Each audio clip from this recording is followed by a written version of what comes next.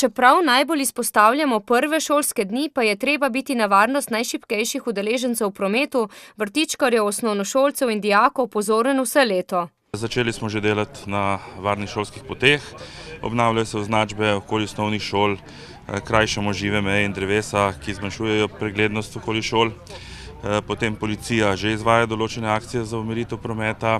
Člani ZŠAM se pripravljajo, da bodo prvošolčkom pomagali prve šolske dni. Nekatere ukrepe smo izvajali tudi na področju izvajanja šolskih prevozov, kar se tiče izboljšanja dostopnosti do avtobusnih postajališč.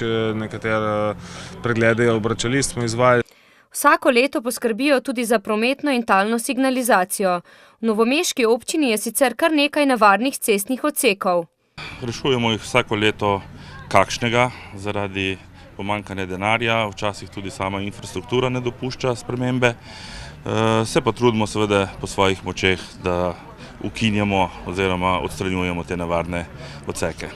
Vsaka šola je dolžna pripraviti predvsem za učence nižje stopnje prometno-varnostni načrt.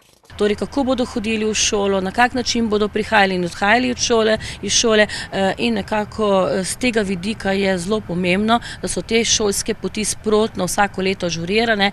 V prvih šolskih dneh bodo policisti pospešeno nadzirali hitrost, uporabo varnostnega pasu, prevoz otrok ter opremljenost avtobusov in vozil. Mi samo te prve dni najbolj striktno opozarjamo oziroma smo prisotni, čeprav z ostalimi aktivnostmi tudi skozi celo leto, vendar si vsi želimo, da bi bili tudi vozniki pozorni skozi celo leto, pa če smo mi prisotni pri šolah ali pa če nismo.